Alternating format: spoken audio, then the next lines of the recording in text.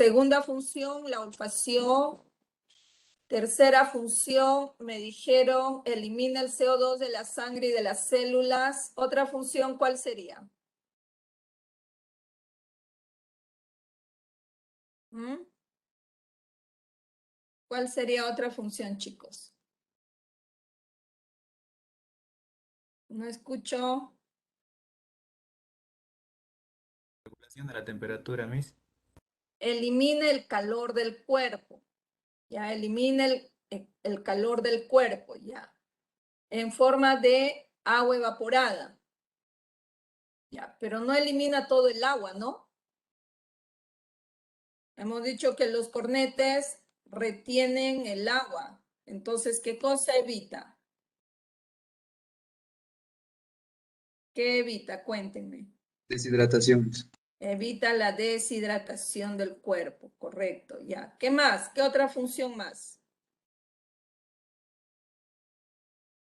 ¿Mm? Purifica el aire. Purifica el aire. Ya quisiéramos que mi aparato respiratorio Regular el purifique el pH aire. de la sangre. Ya, regula el pH de la sangre, ¿ya? ¿Qué más?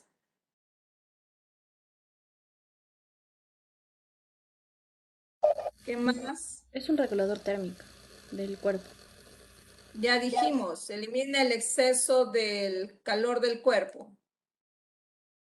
¿Qué más? Tiene la propiedad de calentar el aire para que ingrese a nuestros pulmones. Claro, caliente el aire, ya. Humedece el Caliente el aire. aire que ingresa al cuerpo, ya. ¿Qué más? Lo humedece también, misita. Humedece también al aire, ya. ¿Qué más? Vamos bien, estamos bien, estamos bien. Tienen que recordar nada más. ¿Ya? ¿Qué más, chicos?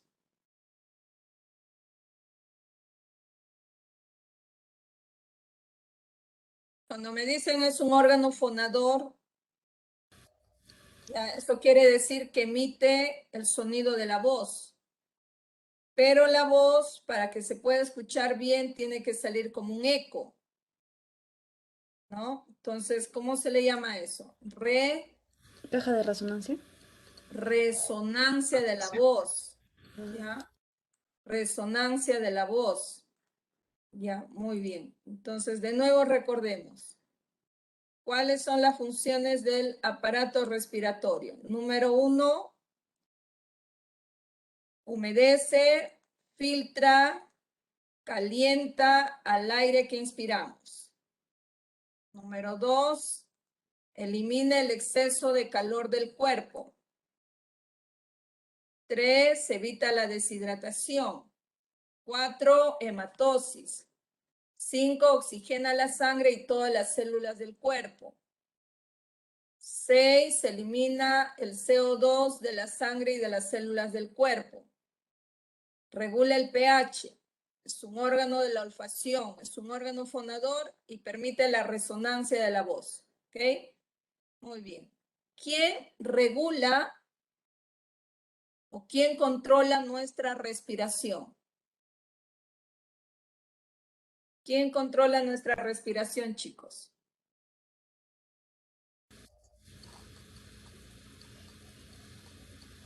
¿Quién? ¿Quién controla nuestra respiración? El centro vulvar, Miss. Centro de la ritmicidad vulvar. Eso es el que controla la frecuencia respiratoria. El Entonces centro de la ritmicidad los vulvar. núcleos, Miss. Los Ya, núcleos. los El núcleo. núcleos. El centro de la ritmicidad vulvar también es un núcleo. El centro de la ritmicidad vulvar también es un núcleo que está en el bulbo raquídeo y controla la frecuencia respiratoria. ¿Quién controla la respiración? ¿Qué núcleos? Los núcleos apoptósico y neumotáxico. ¿Ya? Apnéustico, núcleo apnéustico. Ahí está en tu pantallita. Núcleo apnéustico y núcleo neumotáxico. Núcleo apnéustico y núcleo neumotáxico.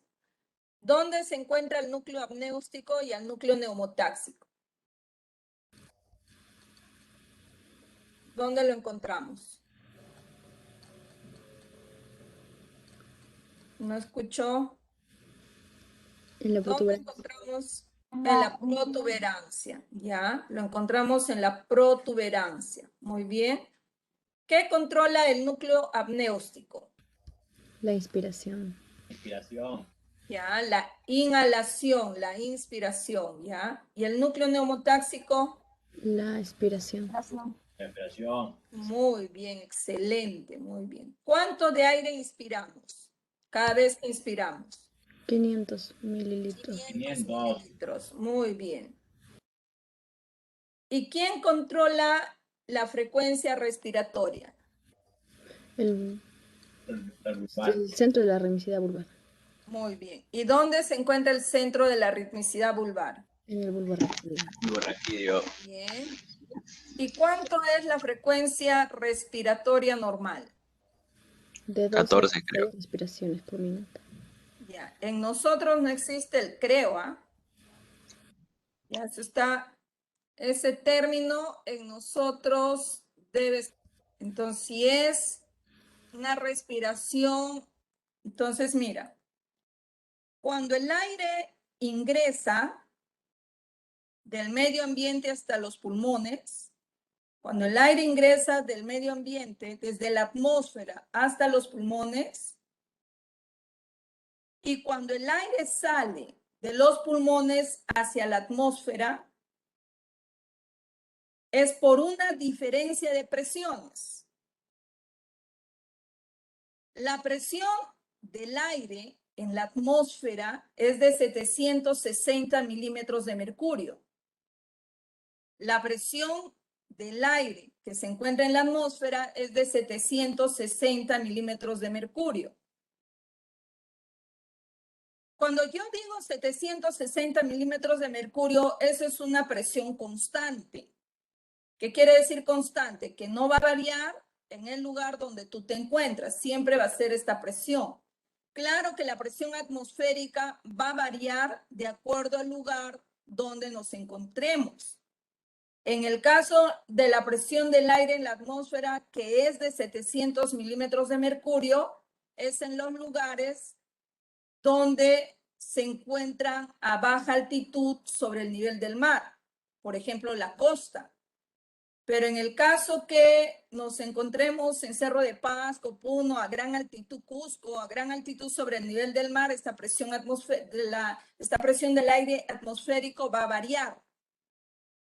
Pero la gran mayoría de las bibliografías consideran a estos 760 milímetros de mercurio y con eso es con el cual vamos a trabajar. Entonces, cuando nosotros vamos a inspirar el aire, o sea, en la inspiración, el pulmón no es que está vacío. El pulmón de todas maneras tiene pequeña cantidad de aire. Entonces, el pulmón va a tener una presión de aire de 758 milímetros de mercurio. Entonces, durante la inspiración, la presión del aire atmosférico, esto no varía, es de 760 milímetros de mercurio y la presión del aire intrapulmonar es de 758 milímetros de mercurio. Entonces, acá te he puesto la sigla para que no te me marees, milímetros de mercurio, Hg quiere decir mercurio. Entonces, pregunto, durante la inspiración, la presión del aire atmosférico es mucho mayor que la presión del aire intrapulmonar. ¿Por cuántos más milímetros de mercurio la presión del aire atmosférico es mayor que la presión intrapulmonar? ¿Por cuántos milímetros de mercurio más? ¿Por cuántos? 2. Por 2 milímetros de mercurio. Muy bien. Entonces, acá quiero hacer hincapié. El aire que tiene mayor presión en la atmósfera va a ingresar a los pulmones porque la presión del aire intrapulmonar es menor en 2 milímetros de mercurio. Por eso es que ingresa el aire desde la atmósfera hasta el pulmón. Pero, ojo, una vez que ingrese el aire al pulmón, entonces la presión del aire en el pulmón va a aumentar. ¿A cuánto aumenta la presión del aire intrapulmonar? A 762 milímetros de mercurio. O sea que ahora la presión del aire intrapulmonar es mucho mayor que la presión del aire en la atmósfera, que es de 760 milímetros de mercurio. Entonces pregunto, ¿en cuánto más ahora la presión del aire intrapulmonar es mayor a la presión del aire atmosférico? ¿En cuánto más? ¿No escuchó? A 4 Miss. Como que a 4. Por eso siempre les pregunto, porque a veces 2, entonces siempre va a ser 2 la diferencia. Entonces, como ahora la presión del aire intrapulmonar es mucho mayor que la presión del aire atmosférico, entonces ahora el aire del pulmón sale hacia la atmósfera, justamente por esa diferencia de presiones. Entonces, el intercambio de gases a nivel de los pulmones se va a dar por una diferencia de presiones. ¿Ok? Ahora, cuando nosotros inspiramos, ¿qué es lo que va a ocurrir? Cuando nosotros inspiramos, el diafragma se contrae. Escucha, cuando nosotros inspiramos, se supone que los pulmones funcionan como si fueran globos. Entonces, si funcionan como si fueran globos, en el momento que llenamos, en el momento que inspiramos, llenamos de aire el pulmón, entonces el pulmón va a aumentar de tamaño y va a aumentar de tamaño tanto en largo como en ancho y en sentido antero-posterior. Entonces, cuando nosotros inspiramos, el diafragma se contrae y al contraerse, el diafragma desciende.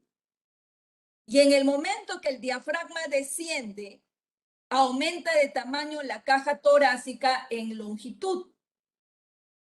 Gracias a quien aumenta de tamaño la caja torácica en longitud. Gracias al diafragma que acaba de descender, producto de que acaba de contraerse. Y el músculo que se encuentra entre una costilla y otra costilla, a la cual se le llama músculo intercostal externo, este músculo intercostal externo jala la costilla hacia afuera y hacia arriba. Y en el momento que este músculo intercostal jala a la costilla hacia afuera y hacia arriba, entonces aumenta de tamaño la caja torácica, pero en ancho. Y también aumenta de tamaño la caja torácica en sentido antero-posterior. En sentido antero-posterior. Entonces, cuando el músculo intercostal externo se contrae, al jalar a las costillas hacia afuera y hacia arriba, aumentan de tamaño de la caja torácica en ancho y en sentido antero-posterior. ¿Por qué? Porque también el pulmón, que está funcionando como si fuera un globo, no solo aumenta de tamaño en longitud, sino también aumenta en ancho y aumenta en sentido antero-posterior. Por lo tanto, entonces, los músculos de la inspiración viene a ser el diafragma y el músculo intercostal externo. Pero ¿cuál de los dos es el principal? El diafragma es el músculo principal de la respiración. Cuando nosotros entonces inspiramos, el diafragma se contrae y el músculo intercostal externo también se contrae. Entonces quiere decir que la inspiración es un proceso activo. ¿Qué quiere decir activo? Que se produce esa inspiración producto de que el músculo diafragma y el músculo intercostal externo se contraen. Pero en el momento que nosotros vamos a expirar, vamos a botar al aire de los pulmones, el diafragma se relaja. Y si el diafragma se relaja, el diafragma se eleva. Mira la pantalla. Y en el momento que el diafragma se eleva, empuja los pulmones hacia arriba. Y al empujar a los pulmones hacia arriba es como que le está aplastando los pulmones y al aplastar a los pulmones se desinflan y expulsan el aire fuera de ella. Pero no solo se relaja en la inspiración el diafragma, también se relaja el músculo intercostal externo. Entonces el músculo intercostal externo se relaja y al relajarse el músculo intercostal externo baja las costillas y lo mete. Disculpen la redundancia, lo mete hacia adentro. Entonces, en el momento que el músculo intercostal externo se relaja, baja las costillas y lo mete. Y en el momento que las costillas bajan y se meten, también aplastan a los pulmones hacia adentro. Y si lo aplastan a los pulmones hacia adentro, entonces los pulmones se desinflan y expulsan el aire fuera de ella. Entonces podemos decir que la exhalación es un proceso pasivo. ¿Por qué un proceso pasivo? Porque se produce por la relajación tanto del músculo diafragmático como del músculo intercostal externo. Entonces, cuando hablamos nosotros de una respiración, hemos dicho que hablamos de dos procesos. Hablamos de una inspiración y de una expiración. Durante la inspiración, el músculo diafragmático y el músculo intercostal externo se contraen y durante la relajación, esos dos músculos se relajan. Y dijimos que la inspiración es un proceso activo porque se da por la contracción de los músculos diafragma e intercostal externo. Y la expiración es un proceso pasivo porque se da por la relajación del diafragma y del músculo intercostal externo. Entonces te voy a dejar 2 minutos para que tú respires, no realices una respiración voluntaria, sino entonces la inspiración es un proceso activo que dura 2 segundos y se da por la contracción del diafragma y del músculo intercostal externo. El diafragma se contrae y desciende y con eso aumenta la longitud de la cavidad torácica y los músculos intercostales externos al contraerse elevan, jalan y elevan a las costillas y con eso aumenta el diámetro en ancho y en anteroposterior de la caja torácica. ¿Okay? Mientras tanto que la expiración se da por una relajación de los músculos, diafragma e intercostal externo. Por lo tanto, es un proceso pasivo que dura 3 segundos y ya dijimos que se da por la relajación del diafragma y el músculo intercostal externo. ¿Correcto? Muy bien, pero cuando hablamos que el diafragma y el músculo intercostal externo son los músculos que se contraen o que se contraen en la inspiración y se relajan en la expiración, eso es en una respiración normal. En una respiración que no lo estamos forzando. Entonces van a participar otros músculos en una inspiración forzada y en una expiración forzada.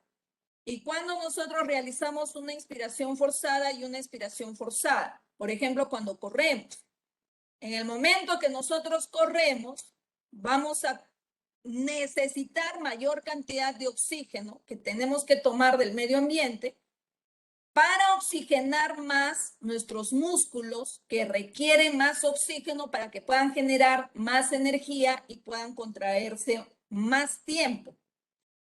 Entonces, por eso realizamos una respiración forzada y una expiración forzada. Entonces, igual te voy a dejar 2 minutos para que le des un chequeo. ¿Qué músculos participan en la inspiración forzada y qué músculos participan en la exhalación forzada? A ver, vamos, tienes tus 2 minutos.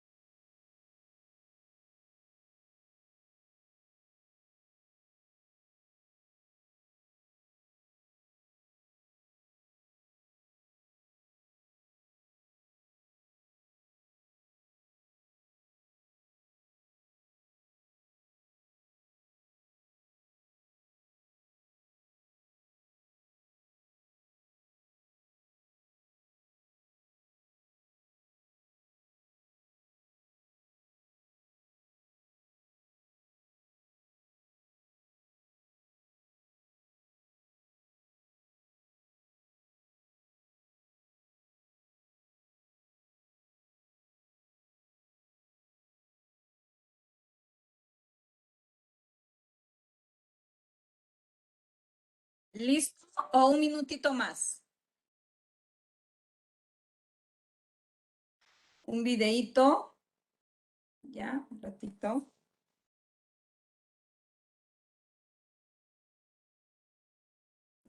Un ratito. Voy a borrar esto. Un ratito. Vamos a esperar que cargue.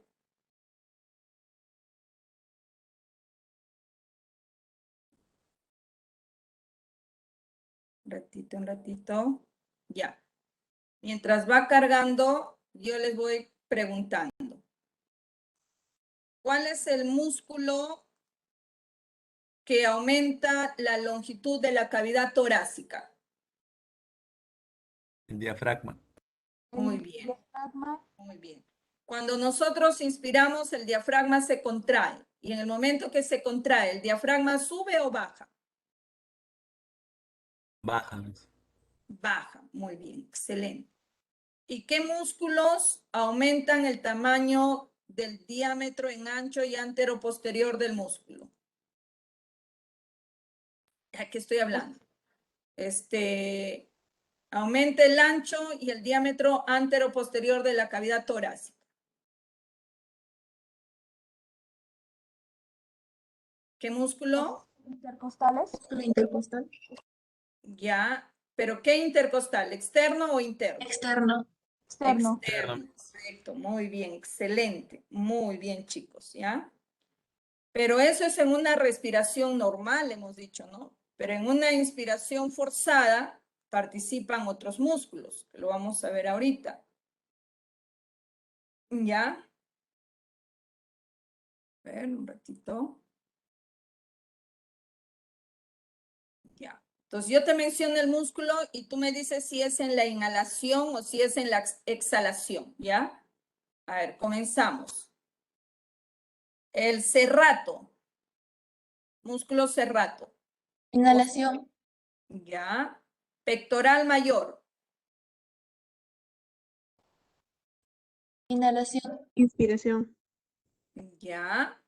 Recto anterior del abdomen. ¿Ah? Exhalación. Exhalación. Músculo oblicuo mayor del abdomen. Exhalación. Muy bien. Músculo esternocleidomastoideo. Inhalación. Muy bien. Músculo escaleno. Inhalación. ¿Me preguntas o es inhalación? Es inhalación. Inhalación. Ya. Escaleno. Inhalación, Miss. Inhalación. Muy bien. Entonces, esos músculos participan en la inspiración forzada y en la expiración forzada. Está demorando esto de acá. Un ratito. Ya va a abrir. Ya, ahí está. Entonces van a ver cómo funcionan estos músculos en la inspiración forzada. Mira, acá tenemos al diafragma. Desciende en la inspiración, asciende en la expiración. Esos son los músculos escalenos. Mira, ve cómo jala las costillas hacia arriba para aumentar el tamaño de la cavidad torácica. Entonces el músculo esternocleidomastoideo, que también está jalando al esternón, ¿ve? Para que aumente de tamaño la cavidad torácica. Entonces el músculo pectoral mayor, y mira, jala al esternón y jala las costillas también, para aumentar el ancho de la cavidad torácica, pero en la inspiración forzada. Y mira acá los músculos intercostales externos, ¿ve? Jalan hacia afuera y hacia arriba a las costillas. ¿Ya? Y esto es el diafragma, ¿no? Durante la inspiración desciende. ¿Ya? Se ve hermoso. Y hay otros músculos también que no está mencionado ahí en el cuadrito, pero que sí participan. Miren, este es el músculo dorsal ancho, ¿ve? ¿Ya? Y mira, también jala las costillas, ¿no? Aumentando el ancho de la cavidad torácica. Entonces el músculo serrato. Serrato posterior, pero se encuentra en la parte superior. ¿Ya? Mira, hasta la columna vertebral participa en la inspiración forzada, ¿no? Son los músculos erectores de la columna vertebral. Estos son los músculos elevadores de las costillas, ¿ven? Que elevan a las costillas. Entonces hay varios músculos que elevan a las costillas. Tenemos ahora el músculo serrato posterior. Esto es el serrato posterior, pero el que está arriba, el superior, y esto es el inferior. ¿Ya? Hasta el músculo cuadrado lumbar de los lomos, que está a nivel de la cintura, también participa, ¿ven? Entonces participan varios músculos en realidad, ¿no? Ahora, para que pueda contraerse el diafragma, tiene que ser estimulado por los nervios. Entonces, ¿qué nervio va a estimular al diafragma para que se pueda contraer? Lo va a estimular, miren acá, tenemos a la médula espinal y la médula espinal tiene 5 porciones. Tiene una porción cervical, una porción dorsal, una porción lumbar, una porción sacro y una porción coxígea. Porción cervical, porción dorsal, porción lumbar, porción sacro, porción coxígea. Y a su vez, cada una de las porciones tienen sus segmentos. Entonces, la porción cervical tiene 8 segmentos. La porción dorsal tiene 12 segmentos. La porción lumbar tiene 5 segmentos. La porción sacra, 5 segmentos. Y la porción coxígea, un solo segmento. Y de cada segmento nace un par de nervios espinales que tienen el nombre del segmento de donde nacen. Entonces, ¿cuántos pares de nervios cervicales tenemos?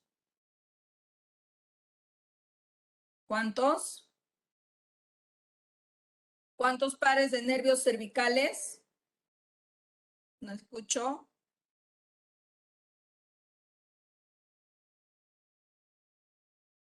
Repito, la médula espinal tiene 5 porciones. La porción cervical tiene 8 segmentos y de cada segmento nace un par de nervio espinal. La porción dorsal tiene 12 segmentos, la porción lumbar 5 segmentos, la porción sacra 5 segmentos y la porción coxígea un solo segmento. Pregunto, ¿cuántos pares de nervios cervicales nacen de la porción cervical de la médula espinal? ¿Cuántos? No escucho. Chicos, nos gana el tiempo. ¿Cuántos pares de nervios cervicales?